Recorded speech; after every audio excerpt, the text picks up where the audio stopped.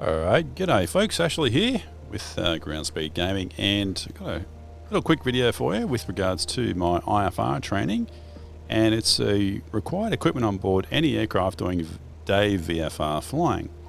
And there's an acronym for it, and it is ATOMATOFLAMES.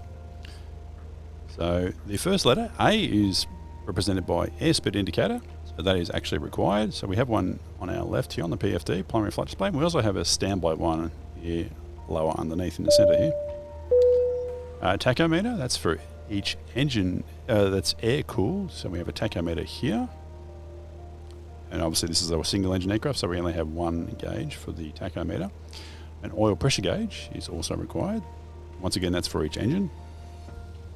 A manifold pressure gauge, and this is not a variable pitch aircraft. This is a fixed pitch, so we don't actually have a manifold pressure gauge on this aircraft.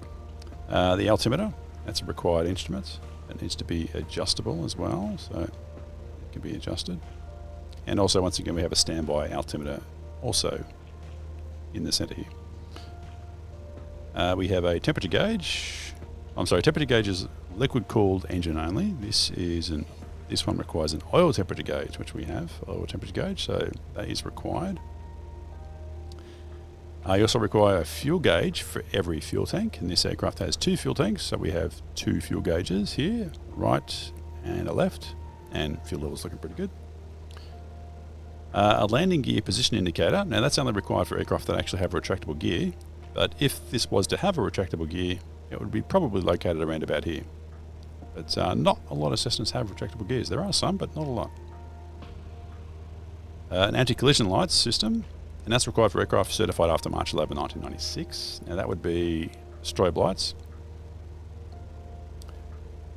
And we need a magnetic compass as well. So that is a required instrument. We also need an E.L.T, emergency locator transmitter. Now there is one here,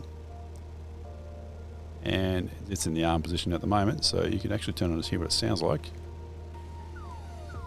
That's what it sounds like, but obviously you do that. Let's see, I think to arm it, you just hold it down for 1 second. Yep. So that's what the E.L.T sounds like on the radio waves. 121.5 it will broadcast on. And I think also on 243 hertz. Does it actually say there? I don't think it does. No, but at 121.5 you'll pick it up. And the last requirement is S for seatbelts.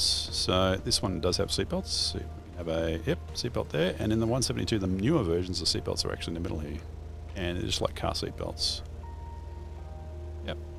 And that's all the requirements we have. ATOMATOFLAMES.